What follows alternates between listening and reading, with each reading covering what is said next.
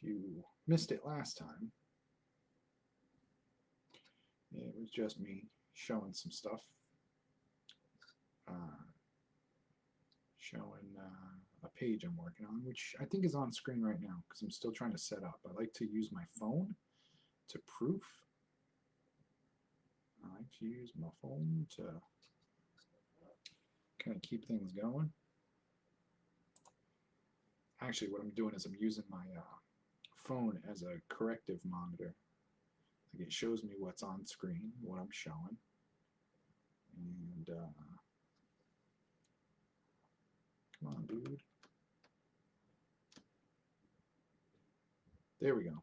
All right. So what it does is it shows me that. Yeah. So it's a couple seconds behind. I've got like basically a delay to my right. Whatever I'm broadcasting is in my ear, and I can proof it just by kind of checking it out. Boop. I just got to use my phone is what I'm doing. Okay. So here we have a page Alex Cayazzo has me doing. Has commissioned me for his Heroica series, which I'm all for. It's pretty cool. In the first panel, we've got the doc. He is receiving information about an incoming attack, and it is basically aliens that are getting ready to bombard the city. There's the hand. We'll move this around.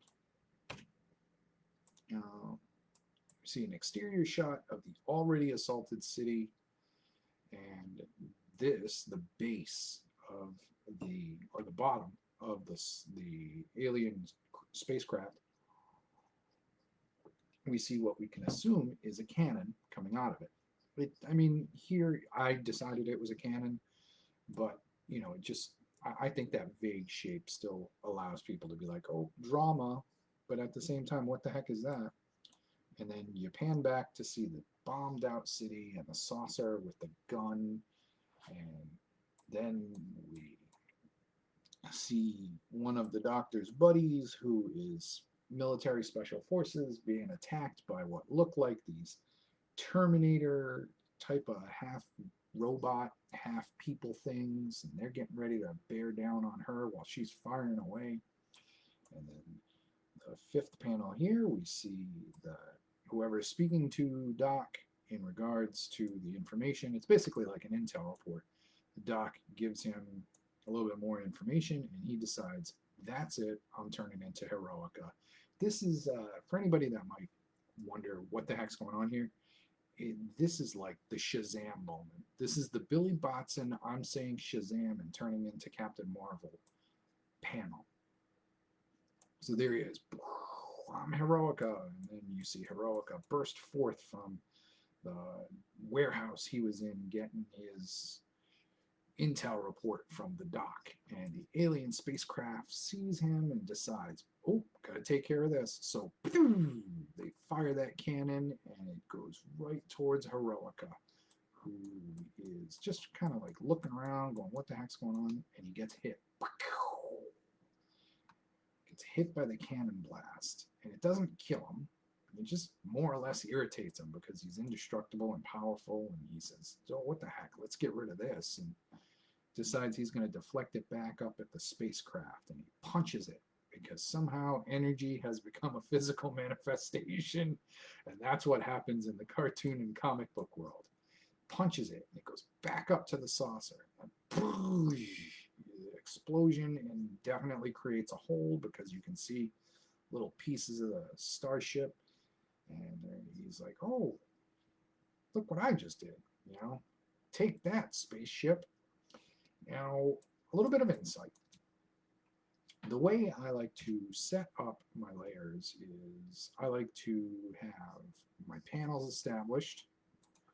Then I like to sketch my layouts, and then I like to build the backgrounds, and then ink everything all over it. That's my starbursts. And that ding means that I just got a message. So, oh, it's not on here. Okay, so this file isn't going to have the, it's not going to have the sketch layers. It's just going to have you know, inks, and then it's going to have some other stuff there. Flats. All right, so where are we? Let me take a look at my layers. It's gonna, and so I would ink. Oh, okay, well, these are your sketches, so go ahead and add your inks, and that's what I do.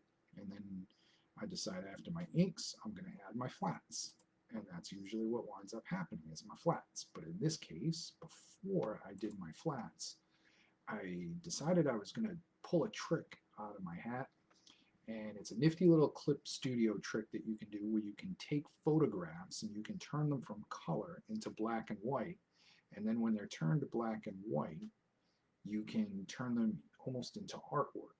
You can make them almost vectorized and you can do stuff to them. So that's what I did here. I took photos of different bombed out and destroyed cities and decided to use that stuff to my advantage and create backgrounds so I could just not draw backgrounds. And plus, the more photorealistic it looks, the better it is, in my opinion, because it's less rendered and it's less cartoony. It just gives it a more stable sense of drama. And then after you do that, you want to figure to yourself, well, we need some starbursts and some lines to show drama. So that's what I did.